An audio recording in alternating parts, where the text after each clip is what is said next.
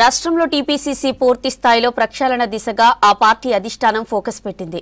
గ్రామ స్థాయి నుంచి జిల్లా స్థాయి వరకు అన్ని కార్యవర్గాల కూర్పు చేపట్టింది. గాంధీభవన్లో రాష్ట్ర పరిశీలకుల సమావేశం జరిగింది. గాంధీభవన్లో కాంగ్రెస్ పార్టీ రాష్ట్ర వ్యవహారాల ఇన్ఛార్జి మీనాక్షి నటరాజన్ను కలిసిన ఎమ్మెల్యే రాజగోపాల్ రెడ్డి జానారెడ్డిపై తనకు వ్యక్తిగతంగా చాలా గౌరవం ఉందని చెప్పారు. ఉపాధి హామీ పథకం పనిదినాల్లో కేంద్రం కోత పెట్టిందన్నారు కాంగ్రెస్ ఎంపీ మల్లు రవి.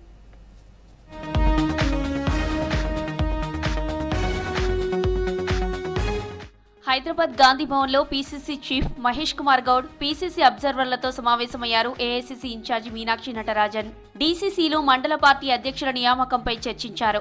ఇందుకు జిల్లాకు 2 పరిశీలకులను కేటాయిస్తూ నిర్ణయం తీసుకున్నారు.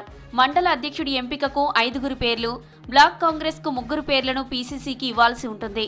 అయితే ఈ సమావేశానికి 70 మంది పరిశీలకులకు ఆహ్వానం పంపింది పీసీసీ. సమావేశానికి ఎమ్మెల్యే వాకిటి శ్రీహరితో పాటు మరో 5 నేతలు హాజరు కాలేదు. దీంతో పరిశీలకుల నుంచి వీళ్లను తొలగించాలని ఆదేశించారు మీనాక్షి నటరాజన్. పార్టీలో మహిళల ప్రాతినిధ్యం పెరగాల్సిన అవసరం ఉందన్నారు. 2017 నుంచి పార్టీలో ఉన్న వాళ్ళనే కమిటీలో ఉంచాలని పరిశీలకులను ఆదేశించారు మీనాక్షి నటరాజన్. 70 మంది పరిశీలకులను పీసీసీ నియమించినట్లు తెలిపారు నటరాజన్. ఏఐసీసీ నుంచి మరో 30 మందిని నియమిస్తామన్నారు. పీసీసీ, ఏఐసీసీ అబ్జర్వర్ల నివేదిక ఆధారంగానే డీసీసీల నియామకం ఉంటుందన్నారు. దేశంలోనే మొదటిసారి తెలంగాణలో కులగణన, 42% రిజర్వేషన్లు, ఎస్సీ వర్గీకరణ చేపట్టామన్నారు. రాష్ట్ర ప్రభుత్వం విప్లవాత్మకంగా చేపట్టిన కార్యక్రమాలను ప్రజల్లోకి విస్తృతంగా తీసుకెళ్లాలని పార్టీ శ్రేణులను ఆదేశించారు. పార్టీ ప్రక్షాళనకు సమావేశంలో దిశానిర్దేశం చేశారు పీసీసీ చీఫ్ మహేష్ కుమార్ గౌడ్. గ్రామ స్థాయి నుంచి జిల్లా స్థాయి వరకు అన్ని కార్యవర్గాల కూర్పు ఉంటుందన్నారు. పరిశీలకులకు 3 దశలలో టాస్క్ నిర్దేశించారు. ఏప్రిల్ 25 నుంచి 30వ తేదీ వరకు జిల్లా స్థాయి సమావేశాలు నిర్వహించాలని ఆదేశించారు. జిల్లా సమావేశాలకు బ్లాక్ కాంగ్రెస్, మండల అధ్యక్షులను ఆహ్వానించాలని సూచించారు. టాస్క్ 2లో assembly, block level meetings, task 3లో మండల మీటింగ్స్ ఏర్పాటు చేయాలన్నారు. ఇప్పుడు పరిశీలకులుగా ఇచ్చిన బాధ్యత అత్యంత కీలకమైందన్నారు. అందరూ బాధ్యతగా చిత్తశుద్ధితో పనిచేయాలని సూచించారు మహేష్ కుమార్ గౌడ్. జిల్లా కాంగ్రెస్ కమిటీ అధ్యక్షులు ఎవరైతే బాగుంటుందనే దాని మీద చర్చించి 5 పేర్లతో జాబితా తీసుకొని పీసీసీకి నివేదిస్తారు.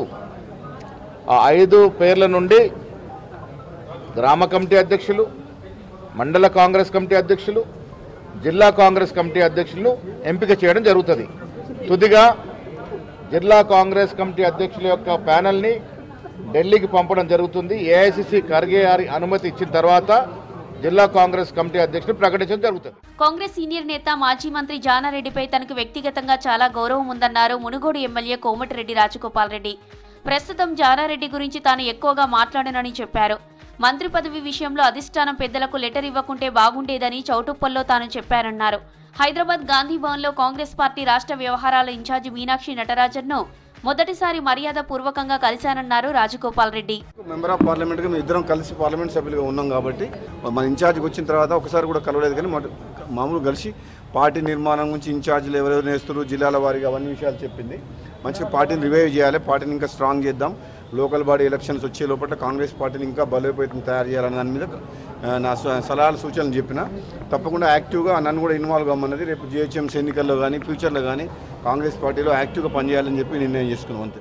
ఉపాధి హామీ పథకం పనిదినాల్లో కేంద్రం కోత పెట్టిందన్నారు కాంగ్రెస్ ఎంపీ మల్లు రవి.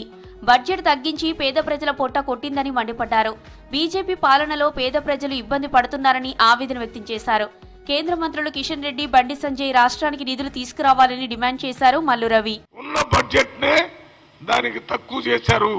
అందువల్ల వారు వ్యతిరేకమా అయినా అనుకూలమైన దీని గురించి కాంగ్రెస్ పార్టీ తరఫున మా ఎంపీలందరం ప్రధానమంత్రికి, కాంగ్రెస్ పార్టీ 8 మంది ఎంపీలు ప్రధానమంత్రికి మాకు బడ్జెట్ పెంచాలని, పని రోజులు కూడా పెంచాలని మేమంతా రిప్రజెంట్ చేయబోతున్నాం. హైదరాబాద్ లో పెద్దపల్లి కాంగ్రెస్ ఎంపీ గడ్డం వంశీకృష్ణను కలిశారు. వెలుగటూరు మండలం వెంకటాపూర్ మాజీ సర్పంచ్ రామదేవి కోటయ్య. తమ గ్రామానికి రోడ్డు లేక చాలా ఇబ్బందులు పడుతున్నామని, ఎంపీ నిధుల నుంచి రోడ్డు వేయించాలని, తాగునీరు కోసం 2 బోర్లు వేయించాలని కోరారు. వెంటనే స్పందించిన వంశీకృష్ణ ఎంపీ నిధుల నుంచి రోడ్డు వేయిస్తానని, యుద్ధ ప్రాతిపదికన 2 బోర్లు వేయిస్తానని మాటిచ్చారు. తమ గ్రామాన్ని గత సర్కారు పట్టించుకోలేదని, అభివృద్ధి జరగలేదని వివరించారు వెలుగటూరు గ్రామస్తులు. వినతి పత్రం ఇవ్వగానే స్పందించిన ఎంపీ గడ్డ వంశీకృష్ణకు ధన్యవాదాలు చెప్పారు.